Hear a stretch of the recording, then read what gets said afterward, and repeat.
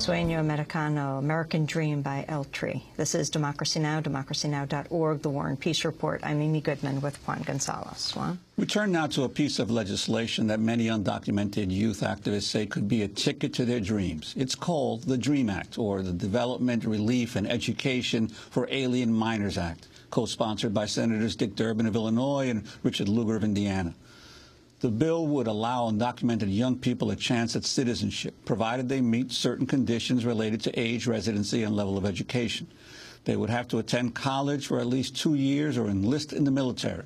After graduating from college or completing their military service, the bill would allow them to obtain permanent residency with a chance to apply for U.S. citizenship. If passed, the bill could immediately affect the lives of some 700,000 undocumented young people. On Capitol Hill, the bill is supported by a number of key Democrats, but its supporters are divided over whether or not to link the DREAM Act to broader legislation around comprehensive immigration reform. Back when President Obama was on the campaign trail at a debate with Hillary Clinton over 2 years ago, he outlined his support for passing the DREAM Act. Something that we can do immediately that I think is very important is to pass the DREAM Act, which allows children who, through no fault of their own, are here but have essentially grown up as Americans, allow them the opportunity for higher education. I do not want two classes of citizens in this country. I want everybody to prosper. That's going to be a top priority.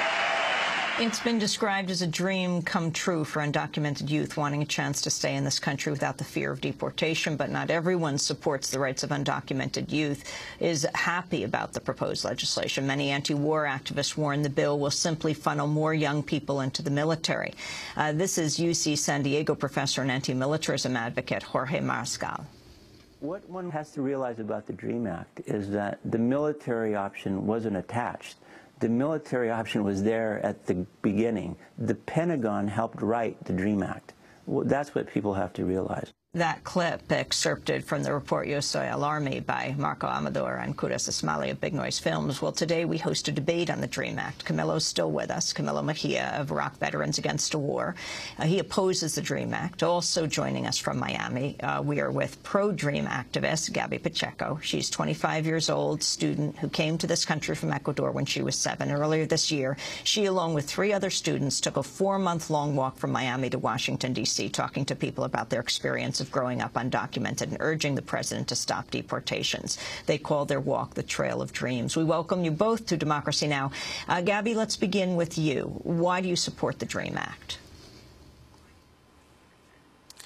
Good morning, Amy. Well, I think that fundamentally when we look at the DREAM Act, it just gives opportunity for young people like myself and thousands of other young people throughout the nation to have an opportunity, a pathway to be able to become a legal permanent resident.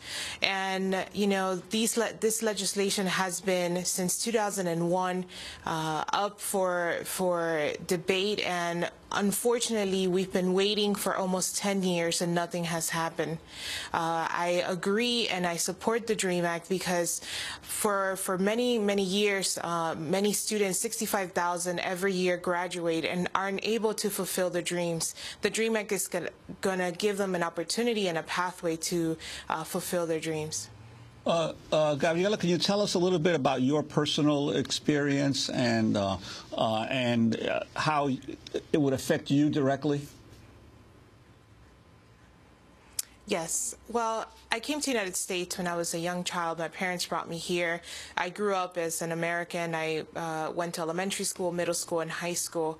And my aspirations have always been to be able to go to college and receive an education and become a musical therapist. Unfortunately, because of my status, I wasn't able to do so. I did have the opportunity to go to college, and I've graduated with 3 degrees. I have a bachelor's in special education. But unfortunately, because I don't have a legal status as a resident, I'm not able to go to school I'm not able to work and become a teacher and contribute to the society and this community, which I love. Camilo, why are you opposed to the DREAM Act?